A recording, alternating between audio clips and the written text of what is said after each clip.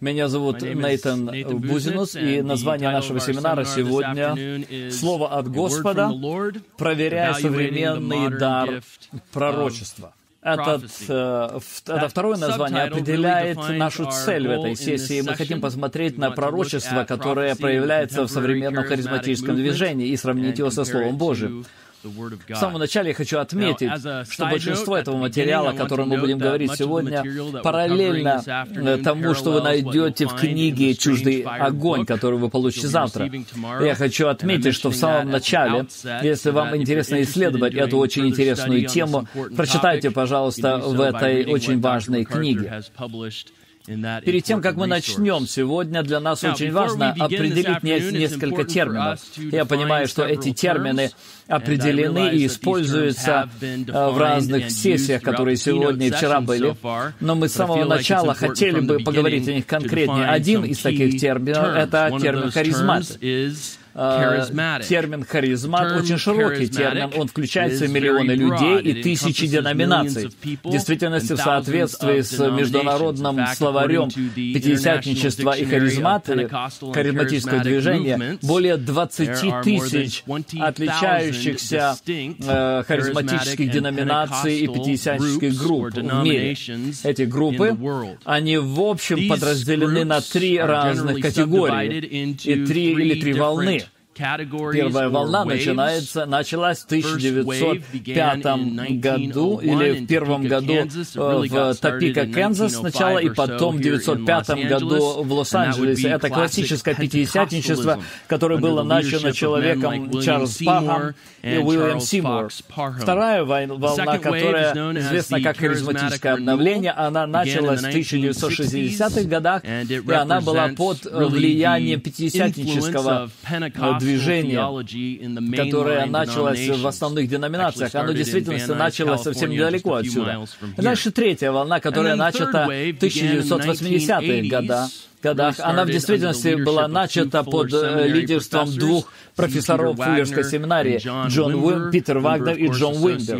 И это то, что стало потом известно как общение виноградника. И они стали влиять на общие евангельские церкви. И вот эти 3 волны вместе представляют пятидесятническое и харизматическое движение. И мы на нашем семинаре сегодня будем говорить о харизмате в очень широком смысле, чтобы включить в него все 3 эти волны. Мы понимаем, что у нас нет возможности подробно говорить о каждой детали, различающей эти волны. Второй важный термин, о котором мы поговорим сегодня, это термин «continuationist». Этот термин означает, что те, кто придерживается этой позиции, они считают, что дары, чудесные дары и дары откровения Нового Завета, они продолжают действовать сегодня. Часто этот термин «continuationist», он используется для того, чтобы отличить теологически консервативных харизматов от всех остальных харизматических людей или в движениях. Такие люди, как Джон Пайпер, или Уэйн Грудем, или Сэм Стормс, они называют себя так. И я думаю, очень важно упомянуть сейчас то, что мы очень уважаем многое из того, что эти братья и их служение делают. Как Боб Кафлин сказал когда-то, он определил этот термин так. Термин «харизмат» часто ассоциируется с доктринальными ошибками, неподтвержденными утверждениями исцеления, финансовой нечистоплотностью, слишком большой эмфасис или большой акцент на дарах языков. И вот почему я чаще определяю себя как continuationist вместо харизмата. Я думаю, это полезно для нас отметить это разделение. И в конце у нас есть термин «cessationist». Этот термин относится к тем, кто верит в том, что чудодейственные дары и дары откровения, они закончились в церковной истории сразу после периода апостольского служения. Такие дары, как пророчество, как языки, как исцеление, они уже не действуют сегодня, после того, когда апостольское служение закончено было, и канон Священного Писания был сформирован. После этого определения мы попробуем обратиться к термину «пророчество». Когда мы говорим о пророчестве, или о даре пророчества, или о слове пророческом, мы говорим о человеческом провозглашении божественного откровения. В действительности, Continuation из Сэм Сторм, он говорит о пророчестве именно так. Это человеческая передача священного божественного откровения. Мы не говорим здесь о проповеди, мы говорим о получении нового откровения от Бога, которое потом передается человеческим пророкам, человеком. Я думаю, что элементарное определение пророчества, с которым большинство сессионистов согласятся, они примерно будут соответствовать следующим. Библейские пророки, как Моисей и Исаия, они слушали, они получили от Бога откровение, и они говорили, передавали его словами и письмом, написав книгу. Харизматы сегодня говорят, что они получают новое откровение от Бога, и они имеют способность передавать его другим. Другой термин «пророк» — это слово исходит от греческого слова «пропhetēs», которое имеет значение «говорить вместо кого-то» или «быть каким-то спикером». Это пророк — это представитель Бога. Таким образом, когда кто-то говорит, что у него есть дар пророчества, он претендует на то, что он имеет слово от Бога, и он представляет в действительности, что он является Божьим спикером или его представителем. И нам здесь нужно подумать о том, что нам нужно проверять пророков. В истории было много людей, которые претендовали на то, что они пророки. Они говорили от Божьего лица. Разные люди, харизматы, континуанисты или сессионисты, они часто говорят о том, что многие, если не все из этих претендентов, они были ложными пророками. Например, во второе столетие были монтанисты, которые говорили о том, что они говорят, представляли, что они говорят от лица Божьего. И они говорили, что у них новое пророчество. Он говорил о том, что мир вот-вот закончится, и он представил легалистичные законнические стандарты для своего народа. И он говорил о том, что Божий Христос придет скоро, и в конце концов, когда Христос не пришел в соответствии с его предсказаниями, он был провозглашен еретиком. Доктор Лосон вчера говорил о радикальной реформации, и среди них иногда были люди, которые говорили, что они получали прямое откровение. Был такой человек, Милки Хаффман, который говорил, что Новый Иерусалим будет основан в Страсбурге. И Ян Массес, это человек, который говорит, что Новый Иерусалим будет установлен, основан в Мюнстере, в Германии. Но в любом случае, он и его последователи в конце концов захватили этот город, и в конце концов их свергли, и это было доказано, что это не было настоящее пророчество. Еще один пример. Иосиф Смит, он говорит, что он получил прямое откровение от Бога, и это было выражено в золотых пластинах, которые, в конце концов, он перевел, и получилась в результате книга Мормона. Смит в те времена, Смит был тогда признан поддельщиком, и он в действительности был арестован за это, и в конце концов был убит в тюрьме. В чем смысл этих исторических примеров? Просто показать, что ложные пророки существуют, и они представляют серьезную угрозу церкви. Ветхий и Новый Завет постоянно предупреждают верующих об опасности лжепророков. Если время позволило бы, мы посмотрели бы на десятки разных примеров в разных текстах, где Бог предупреждает людей о том, что чтобы избегать любого человека, который говорит от лица Божьего, но в действительности не является таковым. Таким образом, когда человек утверждает, что он получает новое откровение от Бога, мы должны задать вопрос, какие критерии мы должны применить, чтобы определить, говорит ли он от лица Божьего или нет. Как мы можем признать, узнать лжепророка? Это ключевой вопрос, который нам нужно задать. Даже тогда, когда мы думаем о современной версии, харизматической версии пророчества. Библия говорит о 3 критериях для определения этих ложных пророков. И Том Пеннингтон говорил о них уже в своем семинаре. Я быстро повторю эти 3 теста. Первый тест — это доктринальной ортодоксии. Истинные пророки, они провозглашают правильную доктрину. Новое откровение всегда соответствует предыдущей истине. Второе — моральная честность. Истинные Божьи пророки, они характеризуются личной святостью. Те, кто говорит от лица Божьего, должны в действительности и жить этой истиной в своей жизни. Третье — это точность, предсказательная точность. Истинные Божьи пророки, они предсказывают будущее события или открывают сокрытое со 100% точностью. Мы посмотрим на каждый из этих тестов в деталях. Первое. Истинный пророк должен быть доктринально правильным. Таким образом, любой человек, который обманывает людей, ведя их к доктринальной ошибке, он является лжепророком. И существует много мест в Священном Писании, которые мы можем посмотреть, чтобы подтвердить эту истину. Мы посмотрим только на 2.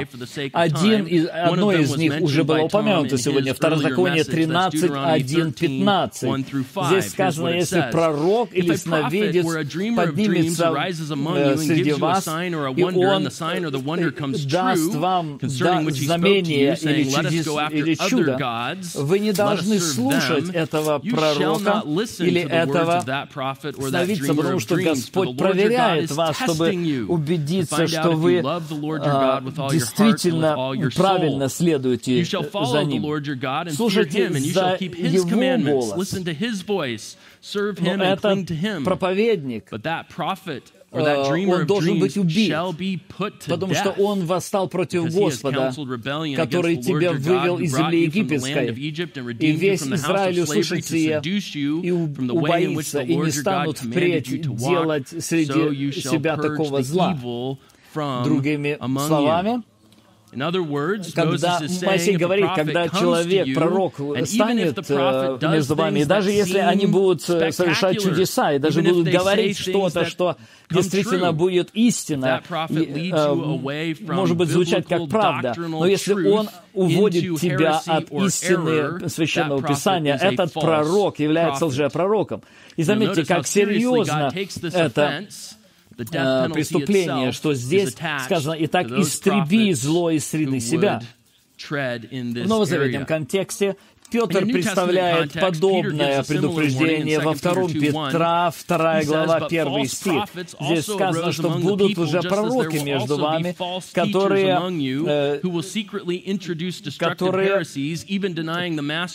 будут привлекать на себя погибель. Заметьте, Петр говорит, и здесь объединяет этих две категории лжепророков Ветхого Завета и лжепророков Нового Завета. Эти люди демонстрируют, что они являются лжепророками. Если бы мы имели время, мы могли бы много посмотреть других, много примеров, когда хорошо известные харизматические пророки, которые проповедуют совершенно то, что совершенно отличается от истины Священного Писания, от движения благополучия, и большинство харизматов, они неизвестны своей доктринальной точностью. Но первое, когда мы видим, что эти люди что-то проповедуют, например, как Бенни Хинн говорил, что существует 9 членов Троицы, или же Кеннет Коплин говорит, что Иисус принял на себя природу дьявола на кресте, мы ясно понимаем, что эти люди не являются истинными пророками. Но нам нужно дальше двигаться. Моральная чистота. Второй тест для определения истинного пророка Божьего. Любой человек, называющий себя пророком, который живет в неконтролируемой похоти или жадности, он демонстрирует, что он является ложным пророком. Опять мы можем смотреть на многие тексты Писания, которые говорят об этом, но мы посмотрим только на два текста. Иеремии 23 глава. Иеремия говорит также: «Между пророками в Иерусалиме я видел ужасное. Я видел прелюбодеяние и ложные пути, и они говорят ложь проповедуют, и они все предо мной, как Содом, и жители его, как Гоморра. Так говорит Господь относительно этих пророков: я напою их полынью, и напою их водою и с желчью, ибо от пророков иерусалимских нечестие распространилось на всю землю. Так говорит Господь Саваоф: не слушайте слов пророков, пророчествующих вам, они обманывают вас, они говорят мечты своего сердца, а не от уст Господних». Они постоянно... В этом ветхозаветном контексте у нас есть эти аморальные проповедников, которые говорят ложь. И Бог говорит: не слушайте их. Матфея 7 глава 20 стих, Иисус говорит, что эти пророки будут узнаваться по плодам. Это плод их жизни. 2 Петра 2 глава, мы прочитали уже 1 стих. 2 и 3 стих говорит: и многие последуют их разврату, и через них путь истины будет в поношении. Из любостяжания будут уловлять вас льстивыми словами. Суд им давно готов, и погибель их не дремлет.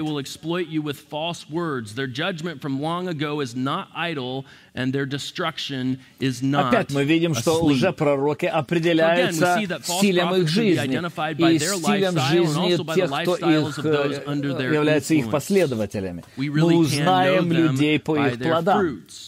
Конечно, мы сегодня могли бы много говорить о разных людях в харизматическом мире, в котором некоторые наиболее известные харизматические проповедники, которые были известны своей аморальностью и плотской жизнью.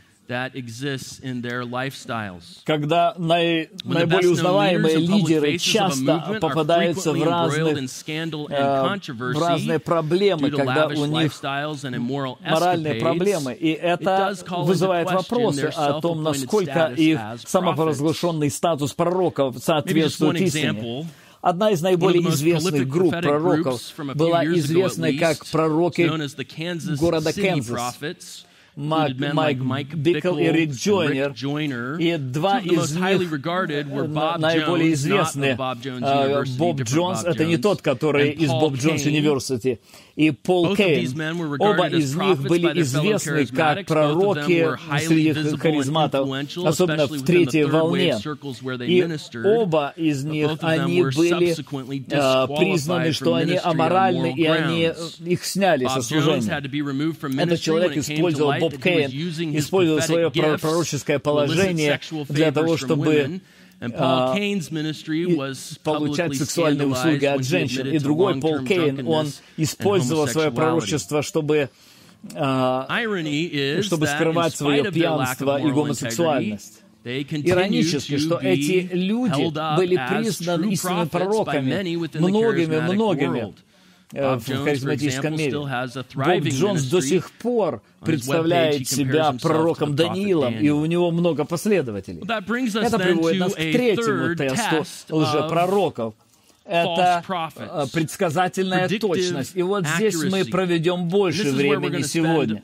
Когда истинный пророк говорит о будущих событиях, или же говорит о неизвестном, он говорит со стопроцентной точностью. Это потому, что Бог знает все. И таким образом, если кто-то точно говорит от лица Божьего, он всегда будет говорить правду, то, что должно сбываться. Да, очень много мест Писания, которые говорит об этом, но мы коснемся только двух таких мест. Первое место — это Второзаконие, 18 глава, о которой уже говорилось сегодня. Здесь Бог сам говорит следующее. «Пророк, который дерзнет говорить моим именем то, чего я не повелел ему говорить, и который будет говорить именем богов иных, такого пророка предайте смерти». И если скажешь в сердце твоем, как мы узнаем слово, которое Господь не говорил? Как мы можем знать, если это истинный пророк или ложный пророк? Если пророк скажет именем Господа, но слово не сбудется и не исполнится, то не Господь говорил сие слово, но говорил сие пророк по дерзости своей, не бойся его. Это предельно ясно, настолько, насколько это можно сделать ясным. Бог говорит, если пророк говорит от лица Божьего, но в конце то, что он говорит, это не сбывается, то этот пророк, он в действительности должен быть назван лжепророком. Другие места Писания повторяют то же самое. Исайя 44:26. Бог подтверждает слова своих истинных посланников. В соответствии с Иеремией 28:9. Истинный пророк — это тот, чьи предсказания сбываются. Иезекииля 12:25 говорит, что слова, которые Бог говорит, исполнятся. Контрастом с этим все, что говорят ложные пророки, это выражается в надежде того, что то, что он говорит, сбудется. Вот что Иезекииля 13 глава, 3 стих говорит. «Так говорит Господь, горе безумным пророкам, которые водятся своим духом и ничего не видели. Пророки твои, Израиль, как лисицы в развалинах, в проломы вы не входите и не ограждаете стеной дома Израилева, чтобы твердо стоять в сражении и день Господа. Они видят пустое и предвещают ложь, говоря, Господь сказал, а Господь не посылал их, и обнадеживает, что Слово сбудется. Они надеются, что Слово исполнится. Не пустое ли видение видели вы? И не лживое ли предвещание изрекаете, говоря, Господь сказал, а я не говорил? Поэтому так говорит Господь, так как вы говорите пустое и видите в видениях ложь. Зато вот я на вас, говорит Господь Бог, и будет моя рука против этих пророков, видящих пустое и предвещающих ложь. В совете народа моего они не будут, и в список дома Израилева не впишутся, и в землю Израилеву не войдут, и узнаете, что я Господь Бог». Таким образом, пророк, который говорит от лица Божьего, и вдруг обнаруживается, что это ложь, Бог сам говорит, что Он против таких пророков. Таким образом, Божье Слово очень ясно. Но когда мы сравниваем современные пророчества, харизматические пророчества, к этому третьему библейскому тесту, мы опять обнаруживаем, что они не соответствуют ему. В действительности, они сами признают, что современное пророчество очень часто неточно и полно ошибок. Я приведу вам несколько примеров. Вот Рик Джойнер говорит в своем комментарии о Бобби Джонсе. Он говорит, есть такой пророк Боб Джонс, который говорил, что общий уровень пророческого откровения в церкви примерно 65% точно в это время. Некоторые около 10% точно. Очень небольшое количество зрелых пророков, они подходят к 85 и 95% точности. Пророчество, оно увеличивается в чистоте. Но в действительности по-библейски пророк не определяется тем, насколько процентов он точен. В действительности Библия говорит о том, что если любое из пророчеств не сбылось, это лжепророк. Кстати, Рик Джойнер говорит, объясняет, что они делают со словом второзакония, которое мы прочитали. Одна из самых больших опасностей, угрожающих созревающим пророкам, в том, что они неправильно интерпретируют ветхозаветное слово о том, что если пророк говорит неправильно, то он же пророк. Предупреждение говорит о том, что этого человека не нужно бояться. Но Джорни говорит, если кто-то говорит от лица Господа, и это не сбывается, он, возможно, и сказал что-то не от Бога, и ему нужно покаяться в этом, но это не делает его ложным пророком. Никто не должен говорить о том, что единственная ошибка разрушает всю его жизнь. Но Писание не так определяет этот тест.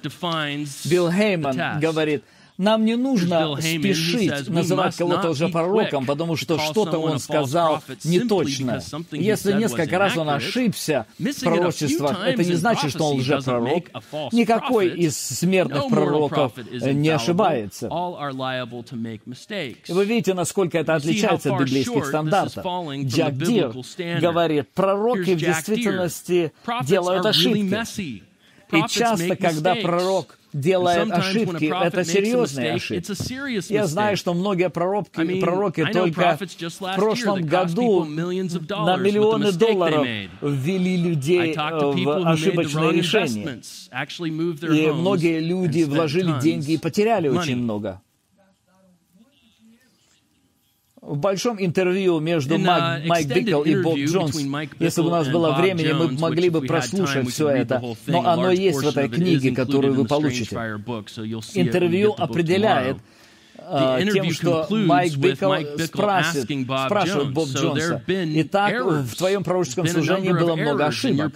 Боб Джонс говорит, сотни ошибок. Других еще пару примеров. Синди Джейкобс и Чак Пирс на конференции пророков говорит, мы сделали много ошибок, но нам нужно стараться пророчествовать лучше. Ким Клемент на TBN сказал то, что это хорошо обобщает их взгляд. Ты можешь быть неправильным пророком, но не лжепророком. Да. Кто-то может сказать, но это общее такое широкое движение харизматов, это TBN, это большое такое широкое движение. Как относительно тех, которые более консервативные, континьюэйшонисты?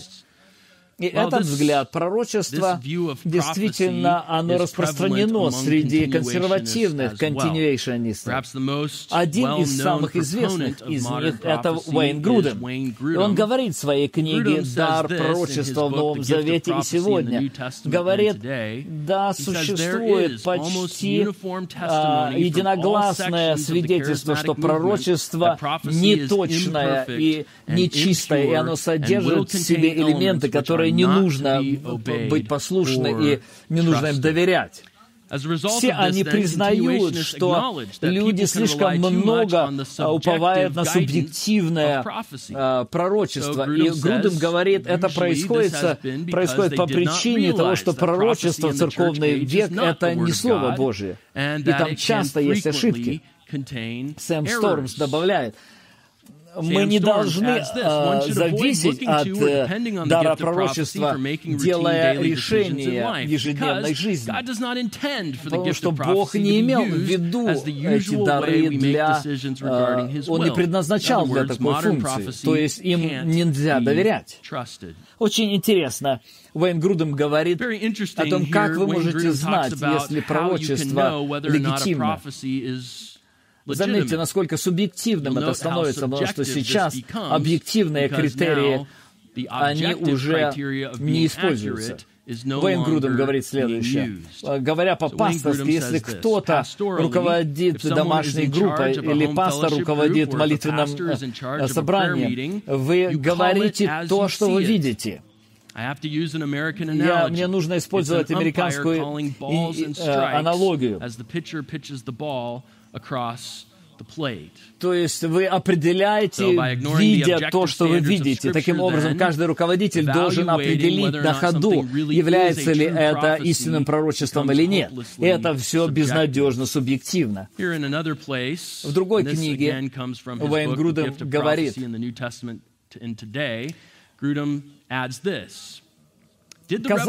кажется ли откровение похожим на то, что оно от Духа Святого? Известно ли оно в прошлом в поклонении?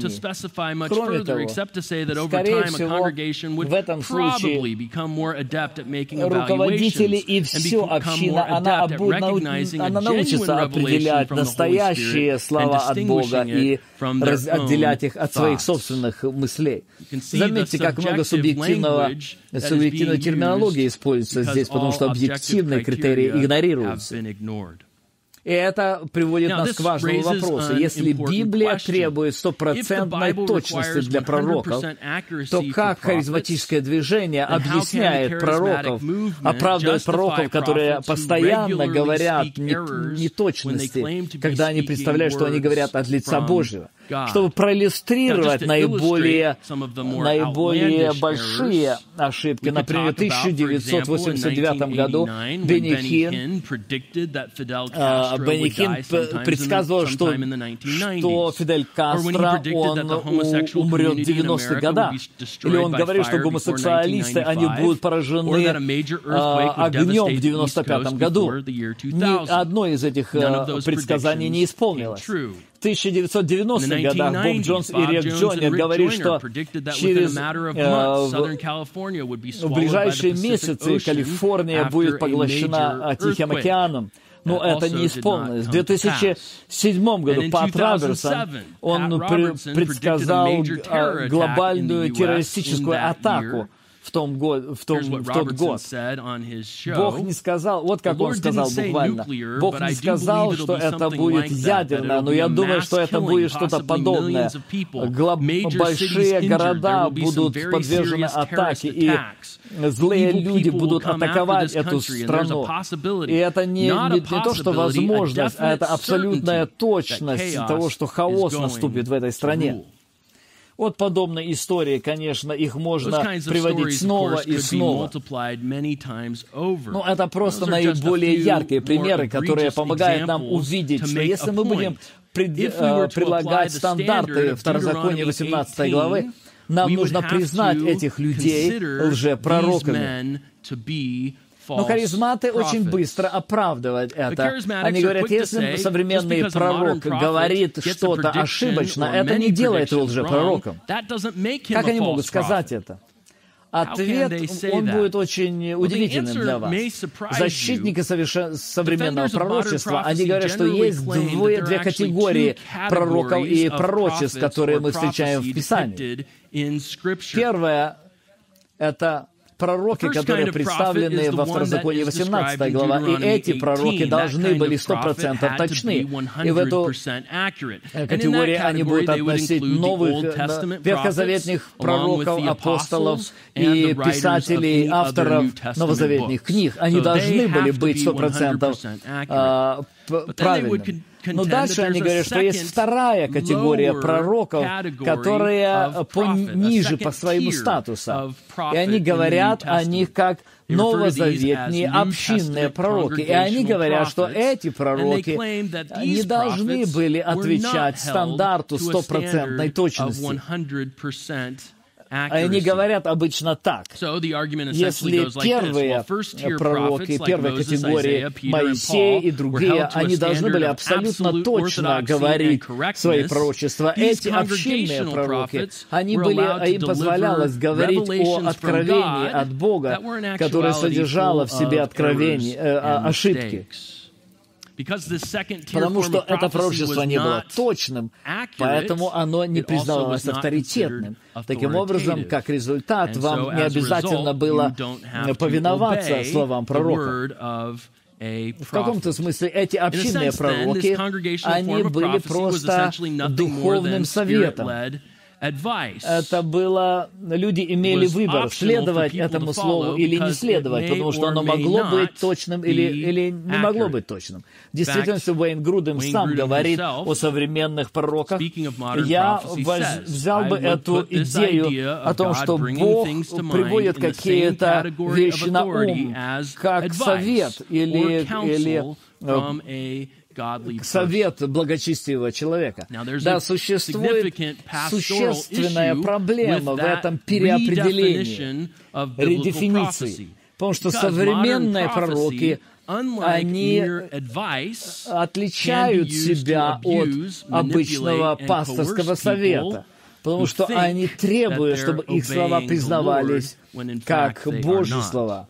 Ким Крачфилд, это автор харизматический, признает этот факт. Он говорит, некоторые церкви, они действительно используют пророчество для того, чтобы ввести людей в страх. И эти люди являются лжепророками. Они используют свои пророчества для социального контроля. И эти люди, эти люди не позволяют, чтобы их пророчество проверялось. И очень часто такие люди используют пророчество для манипуляции своей паствой. Это действительно духовная манипуляция, которая оставляет людей подверженными таким серьезным атакам. Это действительно серьезно на уровне, практическом уровне. Если вы получаете слово от Божия для моей жизни, то здесь это не просто совет, который исходит от вас. Вы можете увидеть этот разрушительный эффект, который это пророчество может иметь в церкви. И оно может в действительности стать бременем для людей с хорошим намерением. Но существует еще более серьезная проблема. Континуационисты, они говорят, что существует вот этот более низкий класс пророков. Проблема в том, что это не библейский способ определения пророков. Сама идея наличия более низкого класса пророков, она абсолютно не присутствует в Новом Завете. Новый Завет нигде не намекает на то, что пророки церкви, они должны быть подверженными меньшим стандартам, чем ветхозаветные. В действительности, мы встречаем в Писании прямо противоположное. Новозаветные пророки также должны были отвечать тем же самым стандартам, которые были применены в Ветхом Завете. Для начинающих Новый Завет говорит и в Ветхом Завете, и о новых заветных пророках используют те же самые терминологии. Нет каких-то других терминов для того, чтобы очертить или отметить одних или других. Мы встречаем это в книге «Деяния апостолов». И когда мы видим, что говорится о ветхозаветных пророках и о новозаветных пророках, используются те же самые слова без какой-либо ссылки на то, что это другой тип пророчества. Сэм Уолдрон говорит следующее: если новозаветное пророчество отличается от ветхозаветного тем, что оно ошибочно, оно представляло бы абсолютно фундаментально отличающийся или контраст фундаментальный новозаветной церкви от ветхозаветной системы авторитета. Новый Завет никогда не определяет пророчество в Новом Завете, отличающимся от того, что было в ветхозаветном контексте. Но есть больше, чем эти доказательства из молчания. Но что есть только один тип пророчеств. Деяние 2.18, например, Петр цитирует из Иаиля 2.28, чтобы описать пророчество, которое описывает новозаветный период. Ветхозаветный текст Иаиля 2.28 описывает пророков. И Петр, используя этот текст, говорит о том, что эти пророки будут теми же самыми, или иметь те же самые качества, как и в Ветхом Завете. Но только это. Новый Завет описывает пророков в Новом Завете таким образом эквивалентным, так же, как и Ветхий Завет описывает. Мы имеем ту же терминологию и имеем тоже описание. Доктор Дэвид Фарнелл, который преподает здесь в мастер-семинаре, после длительного исследования этого вопроса в Новом Завете говорит следующее. Он говорит о пророке Агаве, мы о нем будем говорить еще подробно, о котором говорится в книге Деяния. Он говорит, что этот пророк описывается точно так же, как и ветхозаветные пророки. Агав представлял свое пророчество с формулы «Так говорит Господь», или «Вот что говорит Дух Святой», что является близкой параллелью к ветхозаветной пророческой терминологии или формуле «Так говорит Господь». Это та же вступительная фраза, которая используется с Иисусом Христом в книге Откровения, когда он обращается к 7 церквям. Мы, конечно же, не будем Господа Иисуса представлять в эту категорию, что он ошибочный пророк. Так же, как и ветхозаветные пророки, Ахав, он был наполнен силой Духа Святого, и таким образом все его пророчества точно исполнились. И мы посмотрим на это утверждение в больших деталях. Некоторые континуэйшналисты, они утверждают обратное. Ну, доктор Фарнелл обобщает доказательства, говорит, обобщая, ранее постапостольская церковь, она определяла истинность новозаветных пророков ветхозаветными пророческими стандартами.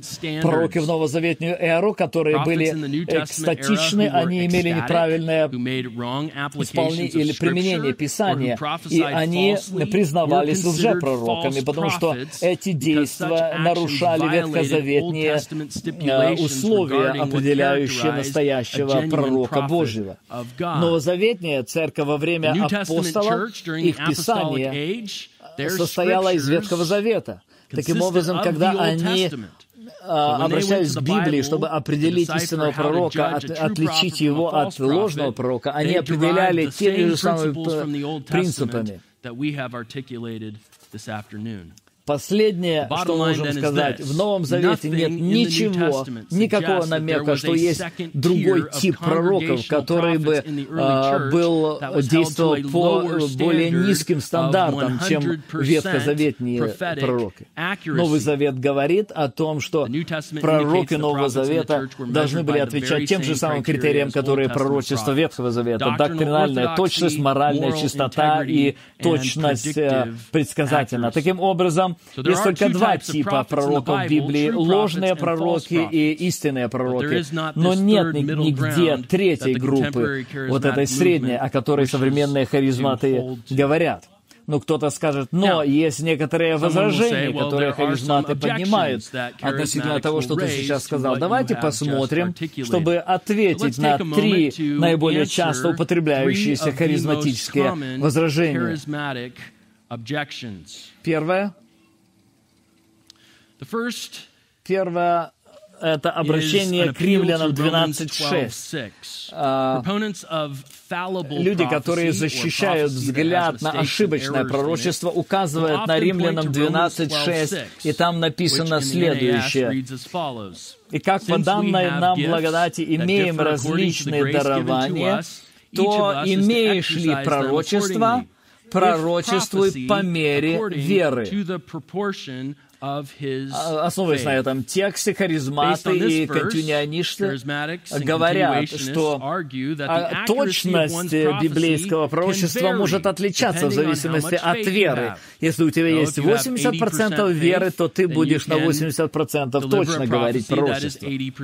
Это в действительности неверное понимание греческого в этом тексте. В действительности, хотя я и люблю New American Standard перевод, они не точно перевели этот текст. Местоимение его, вера, его нет в его нет в оригинале. В греческом нет этой... Здесь написано просто «по мере веры». Там стоит определенный артикль. Определенный артикль. В другие переводы говорят «по мере нашей веры». Но греческий очень ясно говорит, приводя определенный артикль там. Что это означает? Это не означает, что точность твоего пророчества может изменяться в зависимости от твоей веры. В действительности здесь сказано, что бы пророк ни говорил, это должно точно соответствовать вере, то есть вере, которая христианской вере, вере Христовой, вере нашей, о которой написано Иуды, в книге Иуде, однажды открытую святым. Написано, что если кто-то говорит от лица Божьего, его пророчество должно проверяться верой с определенным артиклем. Таким образом, здесь сказано, что ветхозаветный принцип доктринальной ортодоксии, он должен действовать здесь. То есть люди должны, пророки должны пророчествовать с доктринальной точностью. Есть другое возражение, которое часто харизматы говорят, приводят. Они приводят 1 Фессалоникийцам 5 глава 20 и 22 стихи. Здесь написано следующее. «Духа не пророчество не унижайте, все испытывайте, хорошего держитесь, удерживайтесь от всякого рода зла». На основе этих стихов они говорят, если новозаветные пророчества были абсолютно точными, как ветхозаветные, почему Павел говорит фессалоникийцам проверять их внимательно? И мы ответим на это со следующими наблюдениями. Прежде всего, нужно отметить, что Павел утверждает, «Духа пророчества не унижайте», было сказано тогда, когда все знали, что Дух пророчества продолжал действовать. Таким образом, когда сессионисты говорят о том, что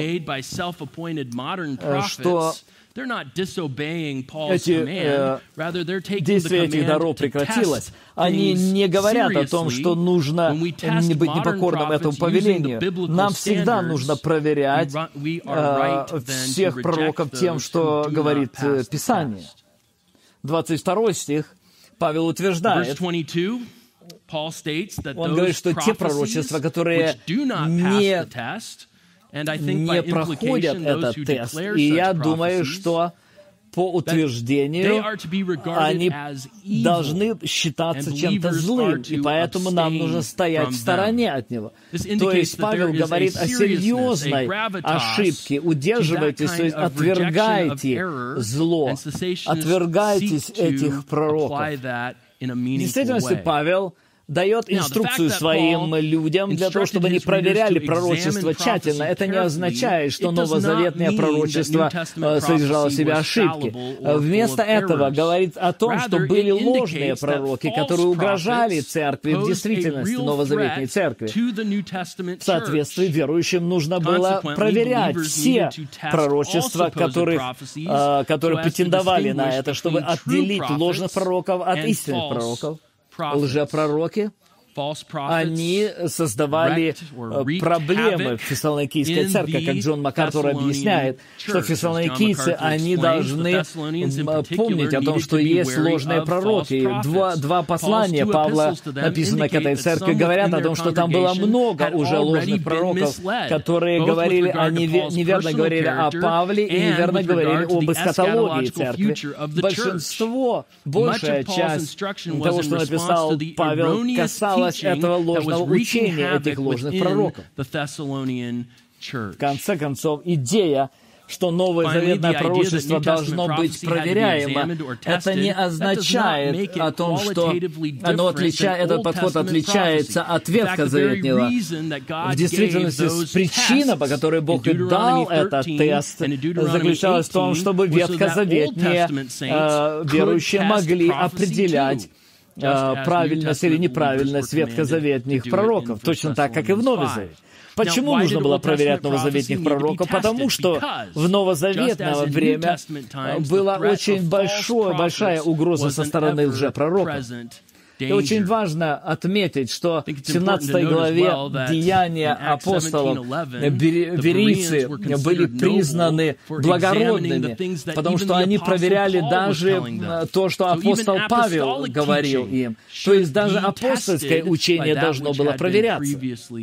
Таким образом, доктор МакАртур говорит, если мы соберем все это вместе, и мы увидим, что 1 Фессалоникийцам 5 глава, она не поддерживает идею современных харизматов о том, что существуют какие-то неточные пророки. Любой человек, который говорит от лица Божьего, он должен говорить абсолютно точно. Когда мы применяем тест Писания к современным харизматам, мы быстро видим, что их пророчество является опасной подделкой.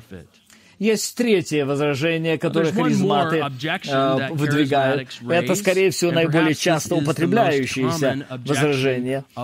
Том Пеннингтон сегодня утром говорил об этом в своей проповеди. Давайте посмотрим на пророка Агава. Это Деяния апостолов, 11 глава, 28 стих. О нем сказано, как об истинном пророке, который точно предсказал о грядущем голоде.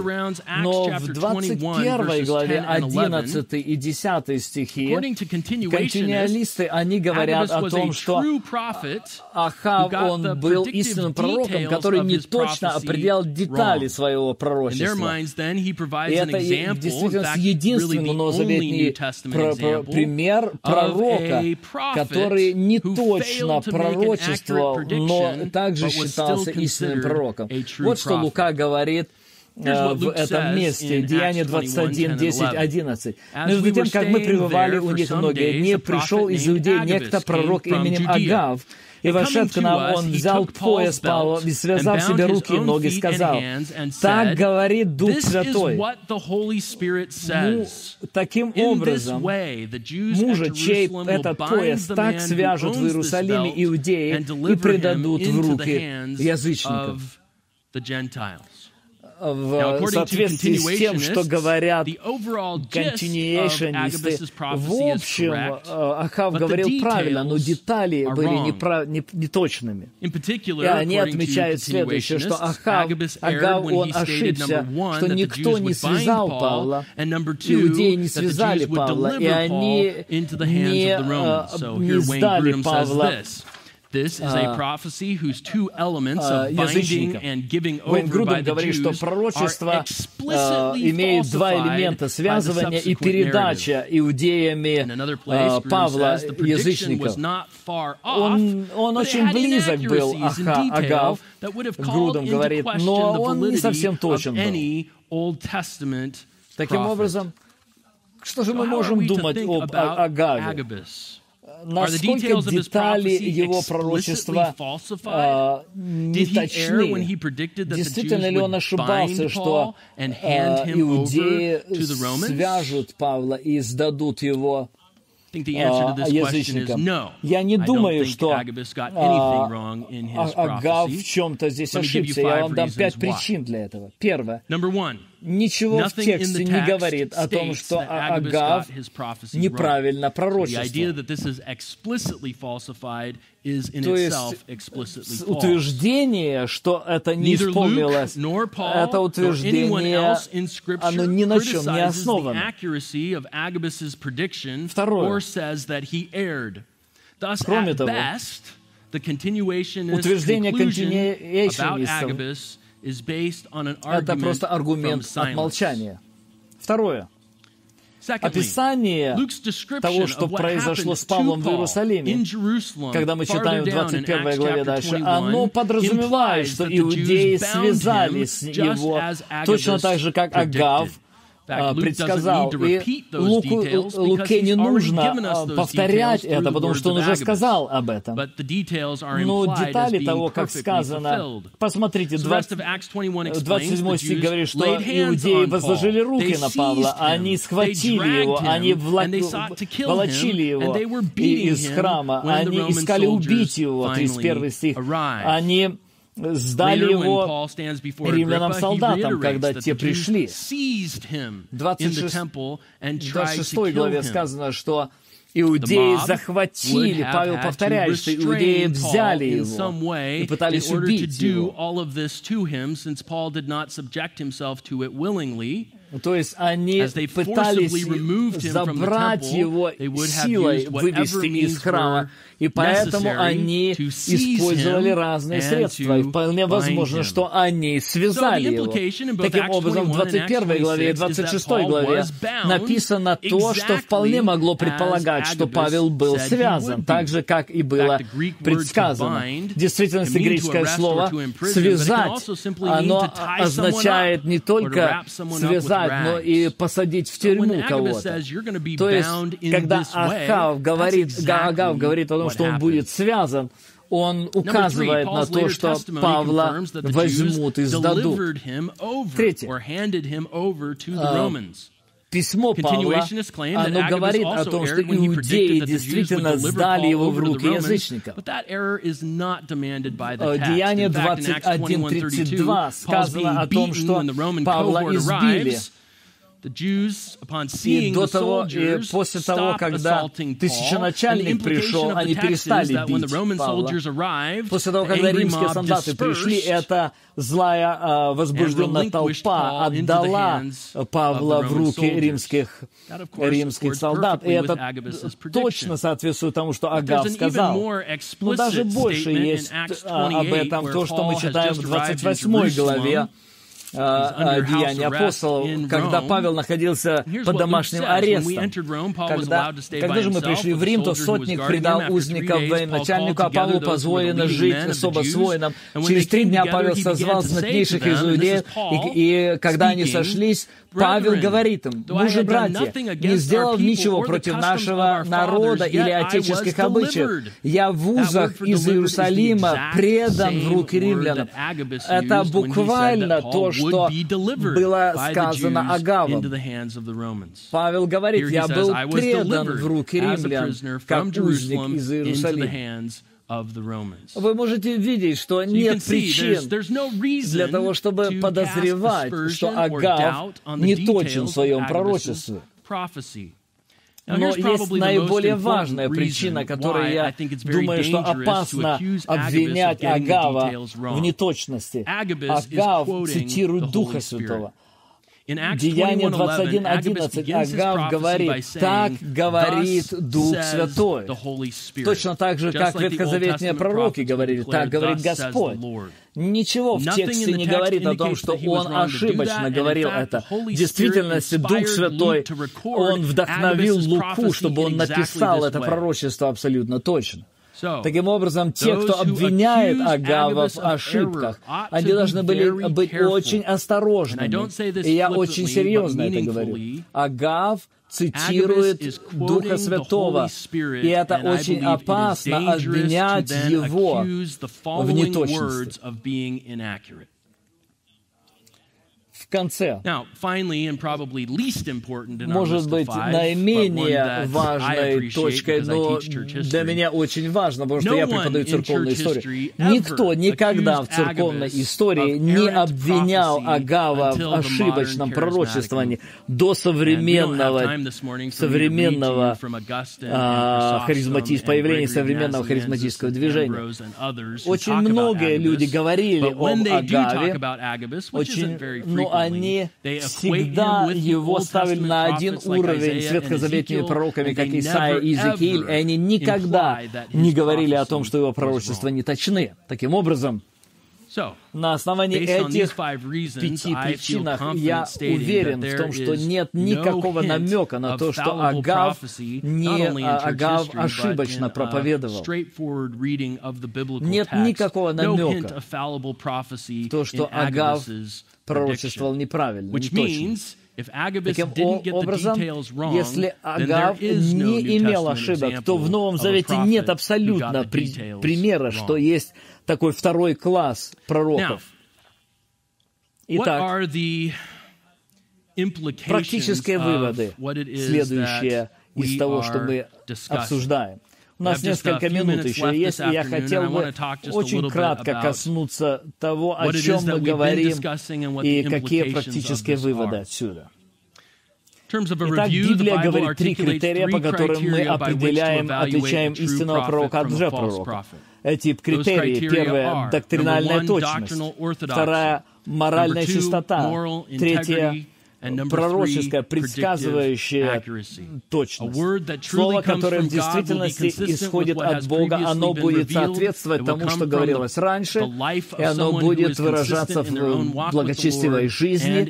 И если там есть предсказание или какое-то сокрытое знание, эти детали должны быть абсолютно точными, потому что источник этого пророчества — Бог, который знает все, и Он не может говорить ложно. Пророки, те, кто выдает себя за пророков, они должны серьезно подумать, соответствуют ли они этим тестам. И если они не соответствуют, они должны ясно понимать, что они являются лжепророками. Приводя цитату из книги «Чуждый огонь», неточные пророки — это лжепророки, или, может быть, в лучшем случае, это ошибающиеся непророки, которым нужно перестать представлять себя, претендовать на то, что они пророки. В Библии ничего не говорится о подобном неточном пророчестве. С точки зрения сессионистов, я очень благодарен Тому Пеннингу, который говорил уже об этом сегодня. Мы утверждаем, что истинный дар пророчества, он прекратился. В соответствии с Ефесянам 2:20 написано, что церковь построена на фундаменте апостолов и пророков, и этот фундаментальный век, когда он закончился, апостолы и пророки, которые были в начале, они выполнили свою функцию, и этот дар пророчества вместе с ними прекратился. Таким образом, мы утверждаем, что на этом и закончилась нужда в этом пророчестве, особенно после того, когда был сформирован канон Нового Завета. У нас есть пророческое слово от Бога, и мы имеем в нем все, что нам нужно для жизни и благочестия. И доктор Лосон будет об этом говорить еще. И он говорит о том, что достаточность Писания, она здесь подвергается атаке. Любой концепт нового откровения от Бога, он подвергает, он ослабляет эксклюзивность библейского откровения. И вот в чем концепт этого современного пророчества. Он опасен, даже если вы скажете о нем, что это просто ведомый Духом совет. Таким образом, эта идея, она подвергает, ослабляет доктрину Писания. Второе, эта доктрина современных пророков, она приводит к тому, что эти пророки начинают манипулировать людьми, потому что они выдают свои представления о пророчестве. Это очень опасно. Я хочу процитировать вам 3 известных людей из истории, из церковной истории и из библейской истории. 3 таких больших пророчества, и эти пророчества включены в этой книге. Но я думаю, что они очень хорошо помогают нам заключение сделать. Первое, очень хорошо известного британского пастора Мартина Ллойда Джонса. Вот что он говорит в своей книге на Ефесянам 4 глава. Попытайтесь представить свою позицию, если у нас не было бы новозаветных пророков, а только новозаветных посланий, только Ветхий Завет. Истина провозглашалась апостолами, прежде всего, но кроме им помогали пророки, которым была дана истина, которые имели способность говорить с ясностью и властью. Но после того, когда новозаветные документы были написаны, офис пророка уже стал ненужным. И мы видим, что часто в истории церкви проблемы поднимались, потому что люди думали о том, что они пророки в новозаветном смысле. что они получали специальное откровение истины. И ответ на это в том, что, глядя в виду новозаветных наличие новозаветного Писания, нам не нужна, у нас нет необходимости дополнительными откровениями. Все уже было дано, и все, что есть, нужно нам, уже доступно. Таким образом, когда кто-то говорит, что он получил новую истину, мы должны сразу быть очень внимательными. Мы понимаем, что канон Нового Завета закончен, и нам больше не нужно новое откровение, потому что Дух говорит к нам через Слово, и мы всегда должны подвергать сомнению все то, что не соответствует Божьему Слову. Мудрость заключается в том, чтобы отвергнуть сегодня само слово откровения и говорить сегодня только о просвещении, которое нужно нам от Духа Святого, чтобы понимать Его Слово. Это то, что нужно нам. Следующая цитата, которую я хочу прочитать вам, она сказана другим известным английским проповедником, это Чарльз Спержен. Эта цитата прямая. Я хочу спрятаться за фактом, что это говорит Чарльз Спержен. Итак, он говорит следующее. Почитайте Дух Божий так же, как вы почитали бы Иисуса Христа, если бы Он был здесь. Если Иисус жил бы в вашем доме, вы не игнорировали бы Его. Вы не занимались бы своими собственными делами. Не игнорируйте Духа Святого в вашей душе. Уважайте Его. Почитайте Его как гостя, который сделал ваш дом, ваше сердце своим домом. Поклоняйтесь Ему. Заботьтесь и никогда не представляйте свои, не выдавайте свои представления как Его Слово. Я видел людей, которые делали это. Я думаю, что они были в своем уме.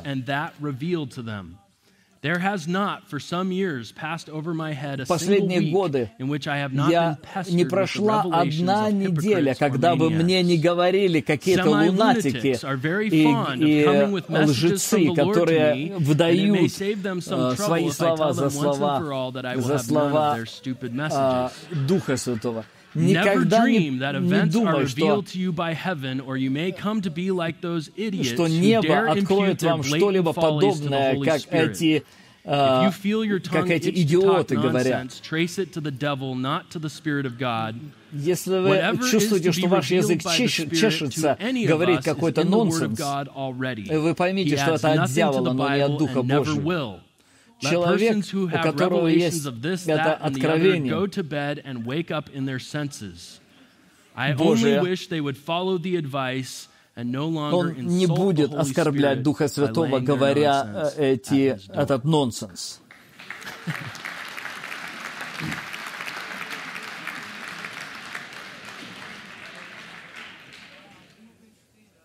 Это достаточно грубые слова, резкие. Но я добавлю к ним следующее. Я не читал это, чтобы насмешить кого-то. Я читал это, чтобы иметь отрезвляющий эффект.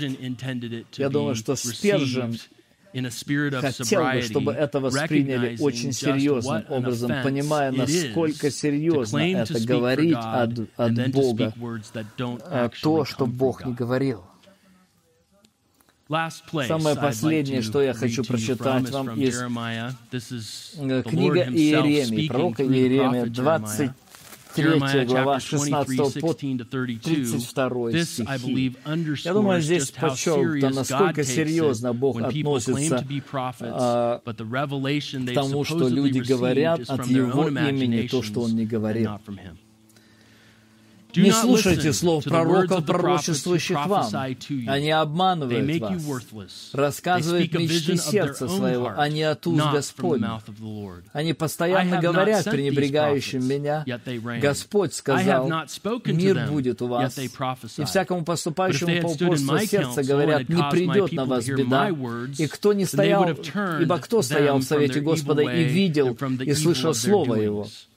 кто внимал Слову Его и услышал. Вот идет буря Господня с яростью, буря грозная, и падет на главу нечестивых. Гнев Господа не отвратится, доколе Он не совершит, и доколе не выполнит намерение сердца своего. В последующие дни вы ясно уразумеете это. Я не посылал этих пророков, они сами побежали. Я не говорил им, а они пророчествовали. Если бы они стояли в моем совете, то объявляли бы народу моему слова мои и отводили бы их от злого пути и от злых дел их. Разве я Бог только вблизи, говорит Господь, а не Бог и вдали? Может ли человек скрыться в тайное место, где я не видел бы его, говорит Господь? Давайте помолимся. Отец, это отрезвляющие слова, которые мы можем закончить этот семинар. И мы не хотим быть жесткими, но мы хотим признать это отрезвляющее предупреждение Писания. Отец, мы очень благодарны, что Ты дал нам пророческое слово, которое совершенно, которое достаточно для того, чтобы открыть нам знание Господне. Это все, что нам нужно для жизни и благочестия. Таким образом, Господи, мы просим Тебя, помоги нам применить то, что мы слышали сегодня. Помоги нам быть верными в том, чтобы найти нашу радость и наше удовлетворение в том, что Ты открыл нам в Писании. И чтобы мы не смотрели на другие какие-то источники знаний. Ты избрал открывать себя через Слово Твое. И Ты дал нам Свой Дух Святой, через который и в котором мы можем прийти к пониманию через Его просвещающую силу, истину этих слов. Господи, мы просим Тебя, помоги нам уподобляться Слову Твоему и Сыну Твоему Иисусу Христу. И просим Тебя во имя Его. Аминь.